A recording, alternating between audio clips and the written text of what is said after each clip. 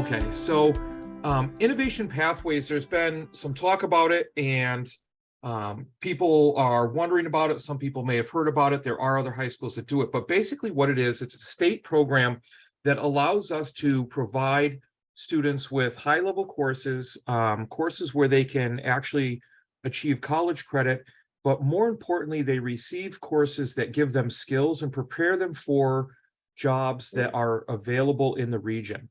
A good way to put it is that students now aren't just pigeonholed into one lane or the other, because this program runs along our traditional high school path, but now they are able to get credentials, industry ranked credentials that allow them to matriculate into the career if they want to.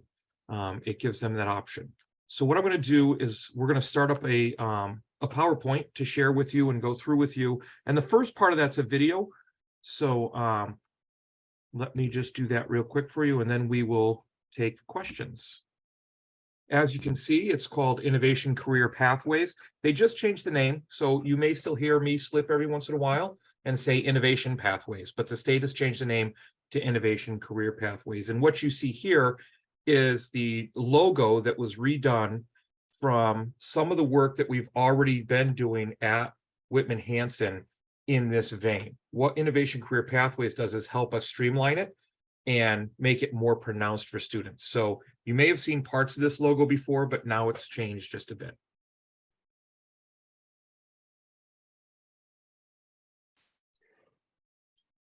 No sound. Well, it looks like when I got booted, you can't hear the sound. So let me just do this real quick and I'll take 2 seconds. I am having a blast with this tonight. I'll start it from the beginning, and Ruth again will give me a thumbs up or a thumbs down once this plays. Enormous opportunity to reimagine high school as we know it. A clear connection between what's learned in the classroom and the work world. I chose to sign up for the business and finance pathway because the opportunity an internship could provide that would prepare me for college and the workforce ahead enticed me to join. I chose the IT pathway because I saw it as an opportunity to explore a profession I had already expressed interest in. It also offered free college credits in classes that seemed interesting to me. How are you liking this experience? I think that it's really fun. Do you think you'll want to do this as a career, or? Yeah, I think so. Our real goal is to get you all in the workforce that's already here, and like life sciences is such a big piece. This is what this is all about, how it informs decisions that students are making right now, because we believe so much that Pathways is an amazing program designed to give our students hands-on experience. Beginning next year, the program will be expanded by 30% and will be offered in 78 high schools around the Commonwealth. That's nearly 1 in 5.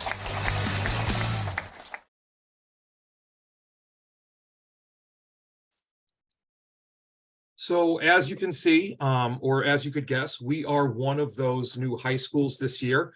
And basically what I was just telling you or mentioning to you is the idea it provides a pathway. There are multiple pathways. We've chosen 2 that I'll get to in a second, but it's not, it changes the idea from either or to and. We stick an and in there, and it prepares students for college, for career, for any path that they're ready to take once they get into the high school and determine what they're interested in.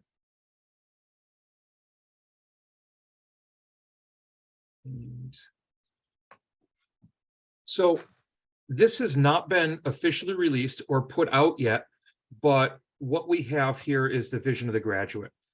We've been determining a new vision for the graduate and creating a new vision for the graduate. And this is what we want students to be when they walk out of the doors of high school into whatever next steps they take. This has been created over a process of a few years. It was actually started before the pandemic hit. And then, as you can imagine, put on hold a little bit during the pandemic. And we revisited what we had done, improved upon it, and this is what we've come up with for a vision of the graduate.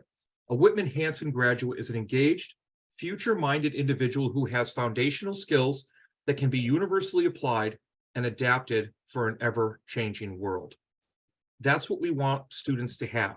We want students to be future-minded, looking ahead as to what's available for them, but have those skills that they can apply to different areas to help them succeed as the world changes. If there's something we all know, it's that the world continually changes, and it's in need of new knowledge based on skills that are needed in the area. So innovation career pathways, it's grant funded. I mentioned that before. It's a state program. You saw in that video that new schools are being added on based on the funding that goes along. What it does is it gives students both that academic piece and it gives them workforce experience because of, you'll see in the bullet points there, a 100-hour senior year internship. We're not just doing the internship where students go someplace and they're used to file or sweep because they can only do a couple hours a week. These are meaningful internships where students experience the career that they might be interested in. The beautiful thing about that is they might find the internship, they might find the career that they definitely want to be in. They might not, and then realize that's not the path for them so that they can still pivot and do something they want. We already do offer opportunities for dual enrollment and advanced coursework, but what this does is, again, it streamlines it, and we've been expanding our college dual enrollment program to give students more opportunities so that they can find what they need to be successful. We also, through the Student Support Center and the Counseling Department, are going to be hosting, they already host a ton of them, kudos to Ruth, but they're also going to be hosting additional career advising and career development activities and getting those out to students so they can really find where they want to be. And 2 technical courses, and typically those technical courses are directly in the pathway that the student has chosen to follow. And I'll give Ruth an opportunity. Is there anything you want to add to that slide, Ruth? I get to talking and sometimes I just have to be, somebody needs to mute me. I mean, I think that's, this is basically the framework of the innovation pathways. And maybe I can talk about the next one for the health care and social assistance. Sure. You want to do that? Yep. So we chose 2 pathways, and the first one was healthcare and social assistance. So many of our kids want to go into science-related careers, whether it's nursing or become doctors or PAs or PTs or EMTs. Also, social assistance is all the kids that want to go into psychology. So we have so many kids who want to choose these things that we decided that this would be a great place for us to start. So our 2 technical classes, which we'll be developing and implementing, are an Intro to Health Science class and a Medical Interventions class. All of the students in this pathway will take dual enrollment anatomy and physiology, and that's already in place, but that will be part of their pathway. And then we'll want them to take at least one more dual enrollment class or an advanced placement class. And there's really quite a bit of choice here. Typically, the options that kids would most likely choose for dual enrollment could be statistics or pre-calculus or sociology. Those are already in place with Quincy College. And then probably the AP options that make the most sense, it would depend on the track they want to go into, but AP Psychology or one of the AP Sciences like AP Chem, AP Bio, also could do physics or environmental science. AP Math, we have Calc and Statistics, and also AP English, which would either be, could be AP English Language in 11th grade or AP Lit in 12th grade. In the end, so a student who is an honors level student is going to be able to fit into this pathway just fine. They can get access to all of their honors and AP classes. And a student that's not, a student who is taking some academic classes will be able to do this as well and to really challenge himself in a few of the classes. There's also a 100-hour internship, which will be exceptional, where kids will actually get those hands-on experience that they're going to need. So we're really excited about this one because so many of our students really want to go into this field. And there's just some pictures of our kids. I think this is an anatomy and physiology lab.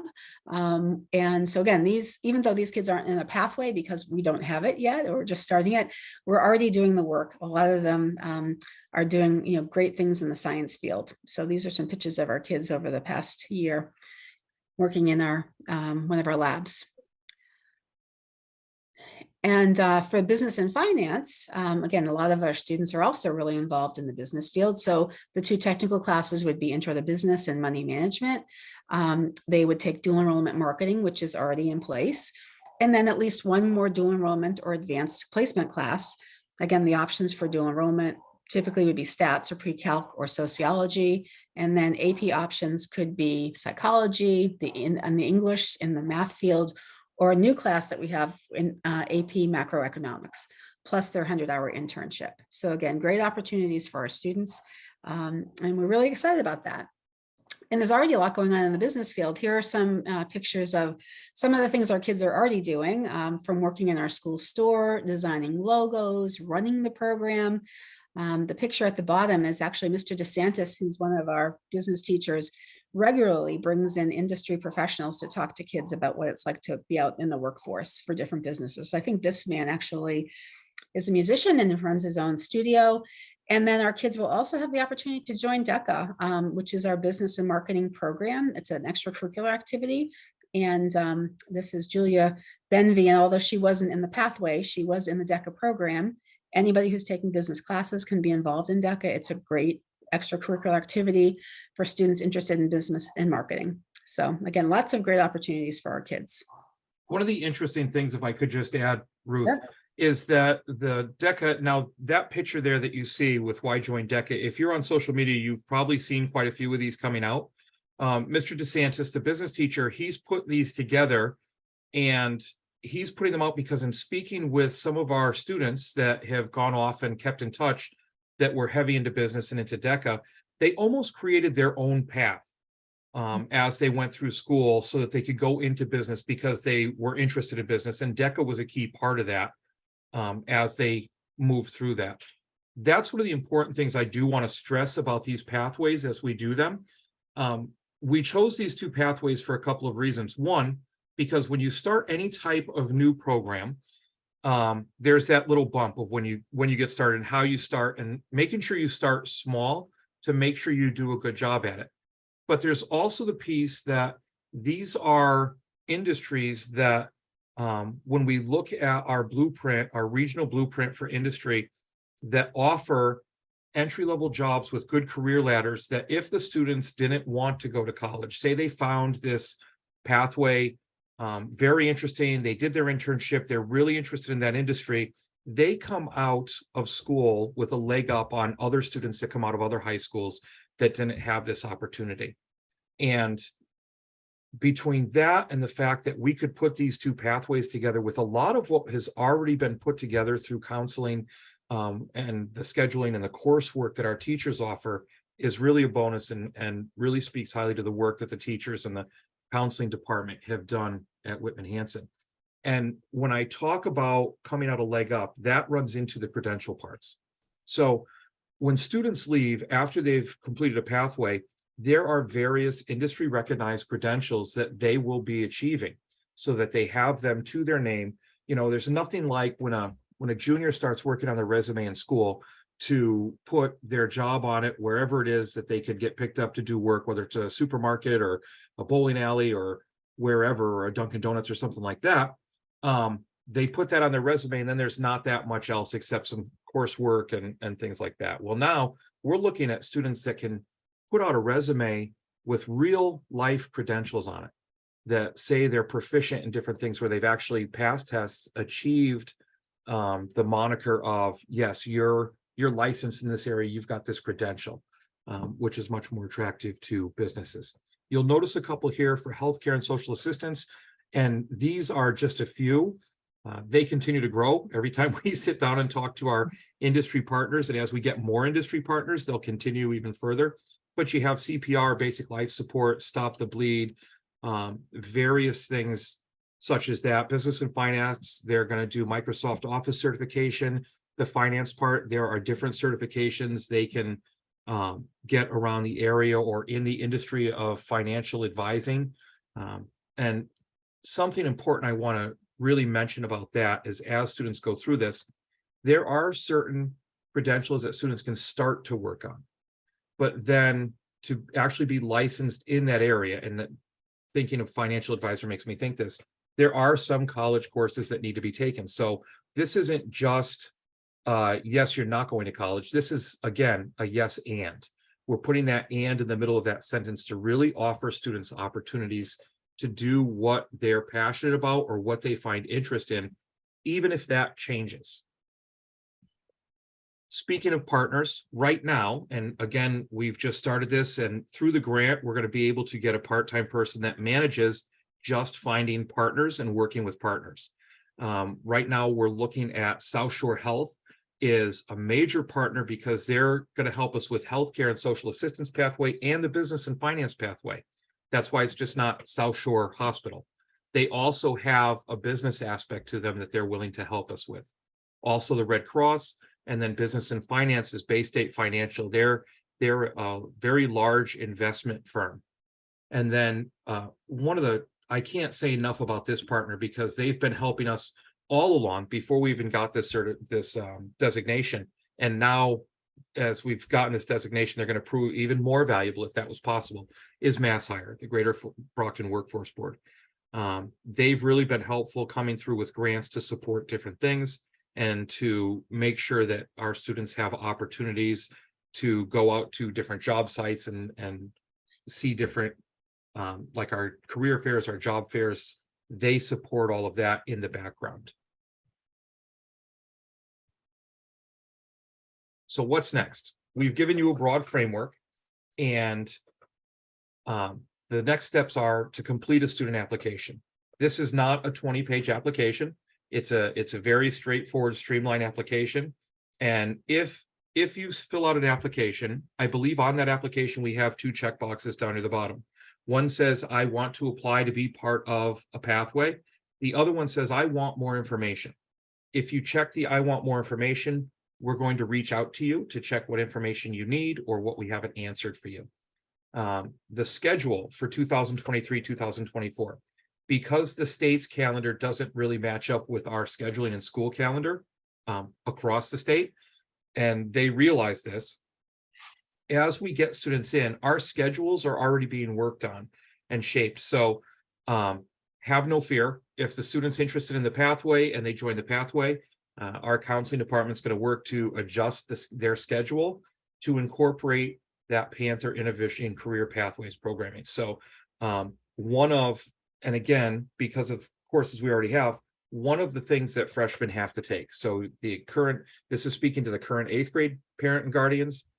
When a student comes in 9th grade, they need to take biology because there's a biology MCAS at the end of the year that now, unlike years before, counts towards graduation. They have to pass it. So we need to make sure that they get that. So what we've done is we're going to be setting up a schedule, and in numerous ways throughout the year, they're going to notice that they're part of this innovation career pathway because we're going to do things to specifically point that out to them, to set them apart so they feel part of this pathway before they get into the actual separate classes where it's only members of the pathway in those classes, or a majority of members of the pathway in those classes.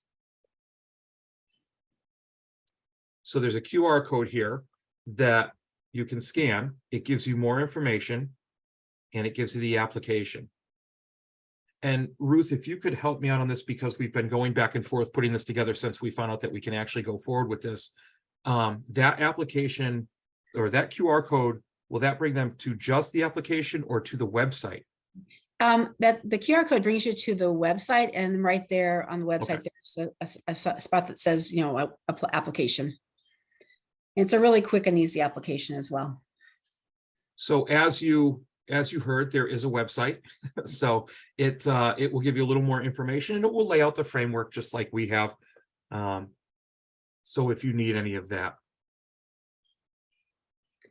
I'm going to stop my share on the screen and go back. And the most important part of this, or the thing that we want to make sure we did after giving you the framework of it, is really just open it up to questions, because I'm sure there are some people out there with questions.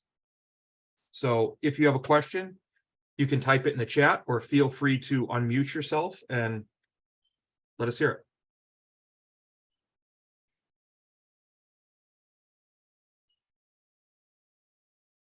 Okay, I see the first question is, will Pathway students still be able to take electives that interest them as well, or is it all picked for them? The answer is yes, they can take electives as well. Really, out of all of the classes that they take over the 4 years they're in high school, there's only 2 technical classes. So those would be electives within the pathway. but a lot of their other dual enrollment or AP classes would be classes that probably a lot of them would take as well. So yes, there's plenty of room for their electives. Is the open to only 8 and grades 8 and 9? It's open right now. Priority is to grades 8 and 9. Like I said, we're going to try and start it small and start it right. We will monitor applications as they come in, and when we get to a certain point, if it's over the amount that we believe we can handle based on scheduling, personnel, assignments, and so forth, if that's over that number, we'll put together a lottery to let people know who gets in. If it's under that, then everybody gets in. But right now, it is geared at just incoming 9th graders and students that are going to be 10th graders next year, because they'll have the opportunity to finish the complete pathway and therefore have the opportunity at all the credentials and be prepared for the internship. Okay, there was a question of what is dual enrollment? Dual enrollment means that students get actually high school credit and college credit for taking the class. The classes that we have with Quincy College, they have all been approved. They have approved our syllabus. They've approved our instructors. And for a fee, students are actually able to earn dual enrollment credit, so get both high school and college credit in those classes. Students in the pathway, with the grants that we'll be receiving, the funding to cover the costs for those dual enrollment classes will be available. Let's see, questions about, will there be an engineering pathway or an IT pathway? The pathways right now, putting these pathways together, as you can imagine, takes a lot of different coursework and personnel to move around. And right now, we're just doing those 2 pathways so that we can get those 2 pathways down, make sure we get the framework down, make any changes we need, and then not next year, maybe the following year, we'll start to look at one other pathway, but it's not something where you just open up all the pathways, because we wouldn't be able to effectively execute on the plan. Okay, there was a question of, will it be a paid internship? I can tell you that some schools that have been doing it for a while have been able to find grants to make that happen, but I don't think we couldn't guarantee that at this point. The internship, whether it's paid or unpaid, is really an invaluable part of the program. If my 8th grader is unsure at the moment, can they apply at the end of their 9th grade year? I would say yes. Yeah. I have a question that was directed towards me, Ruth. How would this work for students on an IEP? One of the great things about this programming is that the state is making sure that we still provide equitable access for all students. That's students on IEPs, that's English language learners. It's not meant to be an elite program for only a handful of students. Everybody is welcome to come into the pathway, and it is our job as the school to make sure they receive support to reach the highest level of success in each pathway that they can. Yeah, I think that answers the question, will it matter what levels the kids have been recommended for? No, we will be able to accommodate various levels. Is the 100-hour internship outside of school hours or within the school day? Most likely that is going to be, probably the schedule will be such that they'll be able to leave early. Well, yeah, I mean, I hate this kind of answer, but it's half and half. We'll try and adjust their schedules so that they can get as many hours as possible during the school day, but I'm envisioning that there will be some that are needed to be done outside of the school. Another individual sent me a direct message asking, can I please clarify what classes a freshman in the program will have that are different than those not in this pathway? So Okay. I don't know if you want to take that one, Ruth, being a schedule guru. I don't know about that, but so for the health care and social assistance pathway, they will, the only thing they'll really have different is they'll have a seminar that's going to be specific to kids in that pathway, where we're going to be bringing in guest speakers and exposing them to all different types of occupations. So there'll be a lot of support through that. And basically their freshman bio course is really kind of the foundational course for that pathway, but all of our students take that. So they will be having a lot of support through a seminar, guest speakers. I know our science department head is really excited and already has a lot of that planned. For the business pathway, it's an intro to business class. So that would be the only thing that would be different freshman year. And then we have, how many weeks does the internship span? Will they only be focusing on internships or taking classes at the same time? Right now, they would still be taking an English class and a math class to make the 4-year English and math graduation requirements. But that's one of the pieces that we're working towards to see what type of solutions we have for those.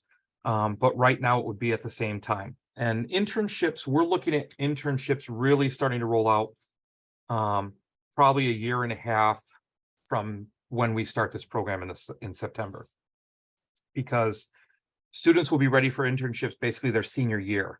And so if our first set of students are taking this starting 10th grade next year, we've got a little while to really tighten up what we're looking at for internships and build some of those relationships. Okay, will community partners be local, or will you be looking to make partnerships with businesses in Boston? I would say that there would probably be an opportunity for lots of things on the table. For those of you who are from the community, we had a really robust internship program for many years. When I started at Whitman Hanson back in 2004, it was going strong. And over the years, staffing cuts and COVID kind of really interfered with that. But anyway, during that opportunity, when we had internships, we had some kids that were going to the State House, to Boston. So occasionally, could that happen? I would think so, if there was a connection there. But my guess is that most of the internships will probably be local, so it's easy for our kids to get there. But if a student, had a contact at a place that would be a wonderful internship program and it was in Boston, I think we certainly would entertain trying to make that connection for them and help them put it together. Then you mentioned that there may be room for 10th grade and above, but there's no place on the application for those grades. How do we take care of this to at least put them on the list? I would say the best answer for that is to reach out to your school counselor and let them know of your interest, and we can take it from there. Okay. The question, have you already presented this to current 8th graders? No, we're actually going to the middle schools on Friday. Friday morning is for Hanson Middle and Friday afternoon is Whitman Middle. If a freshman already took bio, are they required to take AP bio as part of the pathway? No, they would need to, over the course of the pathway, take at least 2 classes that would have the opportunity for college credit. And those opportunities are either through an AP class or through dual enrollment. It could be AP bio, but it would not have to be at all. And the 10th grader would still be part of that seminar where there's industry speakers coming in, all of those things and all that support. So another question is, how will internships look for student athletes? Will it be for only fall or spring semester as opposed to all year? Yes, 100 hours is 100 hours. The whole idea of this, and this is one of the attractive things about Innovation Career Pathways, is it's meant to run right along the normal everyday school experience that people are used to. And what that means is a number of things. One, the school does what they can to let the student experience or help the student experience their normal, typical high school experience. So if you have a student that is an athlete or that just enjoys playing a sport, then we don't want to take that away from their experience to have them do this. So what we'll do is we'll work a way around that. And like I said, 100 hours is 100 hours. If it takes somebody all year, if they get, and there's probably 10,000 better ways to put this, but if they get so-called slow roll type of internship where it's spread out because they can only do so many hours over a certain amount of time, that will take all year. If they can get an intensive one, then they can push that into a smaller amount of time. I was talking with somebody yesterday from another school that's had this for a while, and they mentioned that sometimes if students can't get it done because of sports, that they've actually had them do it between the summer, between junior and senior year. So that might be something that we could look at too. I think there'd be some flexibility there, and that's the whole idea of the pathways as well, the flexibility piece. I definitely want to mention, so say a student decides they want to go into the business pathway. You have an 8th grader coming into 9th grade, they are all excited about business. I want to go into business. They take a couple they join the pathway, they take a couple courses in the pathway, they get to their junior year, and they say, you know what, this business thing is just not for me. I'm really not interested in it. So all they do is just slide back over into their regular courses, and they have not missed anything. There's no penalty, they're not behind, and they just go on with their normal high school schedule and coursework. What other schools in Mass are currently doing this? It wasn't already mentioned. The reason it wasn't mentioned is because there are a lot. Are there 78 currently? I think that's what it said in the video. I know, we as part of this went out to visit Uxbridge High School. We went to Bellingham High School to visit. The folks I was talking to yesterday were actually from Norwood High School, and they've been doing it for quite a while in the healthcare, and they were just raving about I was talking to school counselors, what an awesome experience it's been. And they have a great industry partner, which I'm going to try to get in touch with as well to see if they might be able to work with us. So yeah, I was at a conference. Mrs. Seeley and I went out to present at a conference in Marlborough last week. And there were 110 people there, all schools that are doing innovation pathways and doing career planning for those for all the students in those pathways. So it's a great program. It's really a win-win. It's an opportunity to get an industry credential. It's an opportunity to take some technical classes. And also, if you're part of it and you're taking dual enrollment or you're taking an AP exam, it means that those fees can be covered through the grants of the pathway, which typically a dual enrollment class is $300 right now for Quincy College. And an AP exam is $97. So it could be a great savings for our kids as well and families. Another question is, what data can you share from other schools that have been in this program? What are their biggest successes? What have they learned? It's interesting because when we went out to Uxbridge and Bellingham to hear all these qualitative things, there is some quantitative data out there that I'm sure we could get a hold of through the innovation pathways section of the state. What we can do is Ruth and I will look into that and get some data together from the state, what they offer, and we can certainly put that out. But one of the biggest successes that I've heard repeatedly from multiple schools is a whole new level of student engagement in school as a whole, and a whole new level of ownership for what the student is doing and where they're going with their life. We do a lot of their MyCap programming. Our school counseling department does a fantastic job with this, where students take interest inventories. They do job clusters and career clusters, and they each year we have a whole curriculum where counselors are going into the classrooms, teachers in some of the classes are presenting this, and students are building basically a profile of what they're interested in and what that means for them when they leave school, as far as options. So what they should focus on while they're in high school. It kind of combats the age-old phrase, why do I need to know this? With this, as they're going through, all I've ever heard from people is that students are more engaged.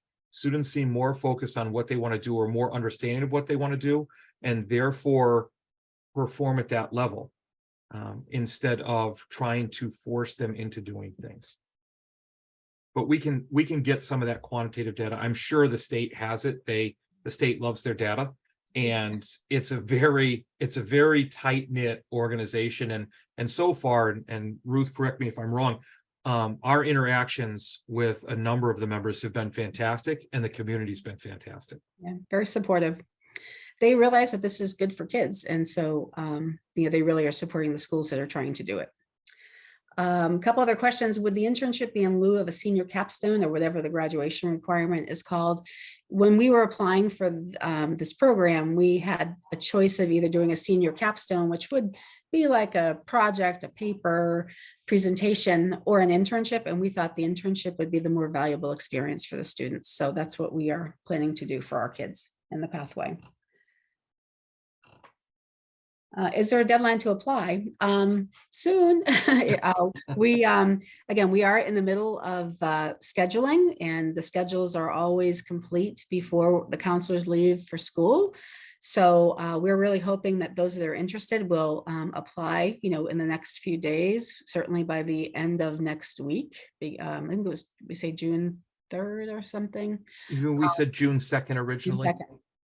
So will we certainly still look at applications after that? Yes, but again, the counselors leave on about June 20th, and we hope to have all the scheduling done so that we're not disrupting a student's schedule when we get back to school in the fall. So sooner would certainly be better. And just to give an idea about that timeline, if the applications are all in June 2nd and we go through them, we're going to spend the next week going through them and trying to contact people and look at what that means for schedules and so forth. And so by then you're already to the 12th, and then any types of changes or continued contacting is probably going to go on to the 14th. And then we'll really try to work on the schedule. So we really need to know. I work a lot during the summer, so certainly folks are always welcome to reach out to me at any time of the year. So it sounds like there are 2 unique classes per year as part of the pathway program that would take place of other elective classes if they weren't in the program. Is that correct? I guess you could look at it that way. But they're over a course of a student's high school career. There are a lot of classes to take. We only require 90 credits to graduate. And I think there's 120 or so that students have the opportunity to actually earn, or somewhere around that area. So there's really a lot of room in the student schedule to take things that they're interested in. And this is just 2 classes over the course of 4 years that they would need to take specific to for those technical classes. Then I skipped over one. Did I understand correctly that the courses would have no cost attached? The courses right now that they'd be taking have nothing attached as far as a charge. When we're looking at dual enrollment or AP courses attached to the pathway, we're looking to cover those with grant funding that we have for the pathway. So like I said earlier at the beginning, sometimes I talk too long. That would be a no. There aren't any, there's no cost associated. If my student's pathway is not available, should I still apply? I would say if they're not interested in business or the healthcare and social assistance, then no, those are the only 2 pathways we're offering right now. Again, we hope in the future to add more. And how often does the freshman level pathway seminar meet? That would be, the seminar would meet every day. And there would be career activities, probably maybe once a week or every couple of weeks. But they would be kind of cohorted in that area so that there would be certainly a sense of belonging as well. And that's one of the important parts that we spoke about as we were sitting around the table trying to work in what it would look like for schedules and lay out the paths of schedules through the 4 years. One of the important parts of this is to give the students that sense of belonging, that they belong to something special based on their interest. And that was one of the ways that we were going to be able to do that is through the freshman seminar, and just as a different way to say, hey, this is a group of people that have the same interests and you are taking this extra step. So good on you, basically. Are there certain teachers teaching these classes? Are you hiring specific staff for this? There are the teachers that are teaching these classes are teachers in the areas or in the departments that these pathway classes would fall under. We do have teachers writing new curriculum for these pathways as the students move through the pathways, so that these classes are up and ready to go when the students get to the spot that they can take them. The reason that we're doing that is because sometimes it depends on scheduling and enrollment and where students are going as to what teacher can teach what, but we definitely are leaning towards the teacher's interest in this. So if there's a teacher that's interested in medical interventions or does something with medical interventions, then they write the curriculum for that course, utilizing the different resources that they have at their fingertips from other schools, or even if they teach it at a secondary level institution or university, they then put that together and they'll teach that class, because what's better than having a teacher that's passionate about a subject teaching it to kids that are interested in it. As far as specific staff, right now, the only specific staff we're looking at hiring for this, and it's part of the grant, and just, in full transparency, it's part of the grant. It's part-time for the next year. I would love to be able to make it full-time the year after that. I don't know if financially we can, but then the following year, we would definitely have to make it full-time. And that's that Innovation Pathways Coordinator. They would be responsible for reaching out to industry partners in the community, building that base of industry partners, and working with them so that we had internships available for the students to really support the students with the ability to go out and get internships. The other piece of that is that they would be getting updated on what industry needs and what industry wants to see from candidates that will make them more successful than any old candidate walking in off the street, and competitive with the candidate that maybe's been in that situation before. So that continually changes. We know that the private sector is always changing to keep up and to improve. And so it's important to have these strong ties with the industry sectors. That's what that person would be doing. And that person would also be in charge of the grant. And being in charge of the grant isn't just this one grant, because other grants will shoot off of this. So other opportunities will become available. So that person will be hunting down grants, for lack of a better way of putting it, to apply and get as much money flowing in as we can, so that if we do need extra personnel, or we do need equipment, or the ability to offer something that's really not in our budget right now, we'd be able to do that. I see one more question. Will sophomores take a Pathways Career Seminar daily as well, like freshmen? I would say that the answer is probably yes for that, for the healthcare and social assistance. The students in business would most likely be in an intro to business class.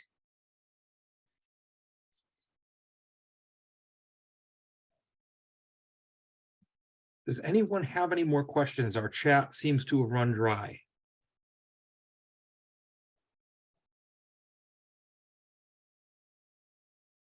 Ruth can attest to this. I love wait time, so I'll give some people some time to type something in if they're working on it.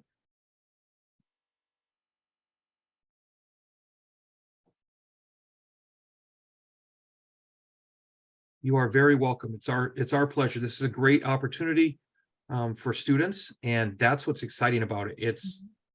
It really is. As we sit around and talk about this, we just get more and more excited, to where a couple of times we have to look at each other and say, okay, hold on, slow down.